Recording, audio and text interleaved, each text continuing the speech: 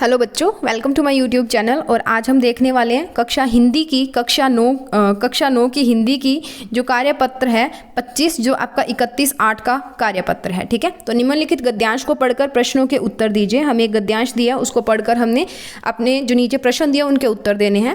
पहला हमारे पास है, सलीम अली ने अपनी आत्मकथा का नाम रखा था fall of sparrow. Salim Ali ने अपनी जो आत्मकथा है उसका नाम रखा था फॉल ऑफ स्पैरो, ये आपने याद रखना है। मुझे याद आ गया कि D.H. लॉरेंस की मौत के बाद लोगों ने उनकी पत्नी फ्रीडा लॉरेंस से अनुरोध किया कि वह अपने पति के बारे में कुछ लिखे। कोई D.H. लॉरेंस था, उनकी मौत के बाद, मृत्यु के बाद में लोगों ने उनकी पत्नी फ्रीडा लॉरेंस से ये इच्छा जताई कि वो अपने पति के बारे में कुछ लिखे। फ्रीडा चाहती तो ढेर सारी बातें लॉरेंस के बारे में लिख सकती थी, लेकिन उसने कहा कि मेरे लिए लॉरेंस के बारे में लिखना असंभव है। फ्रीडा काफ़ी सारी बातें लॉरेंस के बारे में लिख सकती थी, पर उसने ये बात बोल दी कि मेरे लिए ये सब लिखना असंभव है। क्यों? क्योंकि लॉरेंस के साथ जो अनुभव था उसको शब्दों के अंदर लिख पाना बहुत मुश्किल था। मुझे महसूस होता है मेरी छत पर बैठने वाली गोरैया लॉरेंस के बारे में ढेर सारी बातें जानती है, मुझसे भी ज़्यादा जानती है। वह सचमुच इतना खुला और सादा दिल आदमी था। मुमकिन है लॉरेंस मेरी रगों में, मेरी हड्डियों में समाया है, यानी कि उसका पति था तो उसका काफ़ी प्यार था उसके साथ। लेकिन मेरे लिए कितना कठिन है उसके बारे में अपने अनुभव को शब्दों का जामा पहनाना। ठीक है, मुझे यकीन है मेरी छत पर बैठी गोरैया उसके बारे में हम दोनों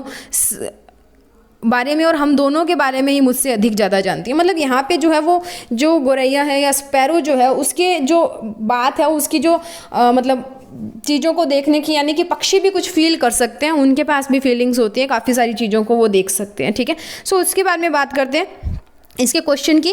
सलीम अली ने अपनी आत्मकथा का नाम क्या रखा? तो उसका आंसर आएगा फॉल ऑफ स्पैरो। नेक्स्ट है, लॉरेंस की मौत के बाद उनकी पत्नी से लोग क्या चाहते थे? ठीक है, D.H. लॉरेंस की मौत के बाद लोग चाहते थे कि उसकी पत्नी फ्रीडा लॉरेंस अपने पति के बारे में कुछ लिखे, उन्होंने अनुरोध किया था ना। ठीक है, तीसरा क्वेश्चन है, फ्रीडा ने लोगों को की बात का क्या उत्तर दिया और उसने ऐसा क्यों कहा? तो फ्रीडा चाहती तो लॉरेंस के बारे में ढेर सारी बातें लिख सकती थी, लेकिन उसने कहा कि मेरे लिए लॉरेंस के बारे में लिख पाना असंभव सा है। क्यों?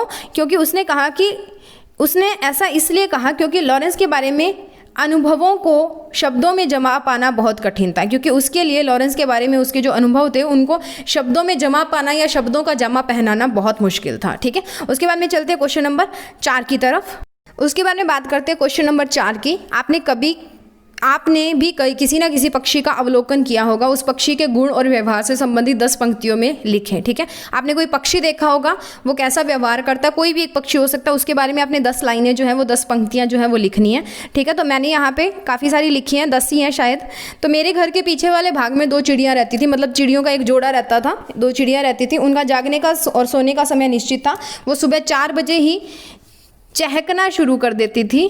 ठीक है, वो सुबह 4 बजे ही, यहाँ पे आप चहकना लिख लेना, वो 4 बजे ही चहकना शुरू कर देती थी। फिर उठकर वह बच्चों के लिए दाना लेने जाती थी। उनके 3 बच्चे थे। जब तक उनके पंख नहीं निकले थे तब तक जो चिड़ियाँ थी उनको बाहर नहीं आने देती थी। 5 या 6 दिन के बाद उनके बच्चों को उड़ने का तरीका सिखाया, उन्होंने अपने बच्चों को जो है उड़ने का तरीका सिखाया। उस दिन हैरानी की बात मेरे लिए यह थी कि इंसान के बच्चे की तरह वह भी ना सीखने के लिए दीवार में बनी जालियों में छुप कर बैठ जाते थे। जैसे इंसान के बच्चे होते हैं ना, नहीं सीखते हैं तो रूठ के कहीं छिप के बैठ जाते हैं, तो वो भी ऐसे ही करते थे। शाम तक बच्चे उड़ना सीख गए। 1-2 दिन में वे अपने माता पिता के साथ रहे। ठीक है, और उसके बाद में वे दिखाई नहीं दिए। ठीक है, फिर से दोनों चिड़ियाँ जो है वो अपनी जो दिनचर्या थी उसके अंदर लग गई। ठीक है, मतलब उनके बच्चे चले गए, उड़ गए, फिर वो दोबारा अपनी दिनचर्या के अंदर लग गई।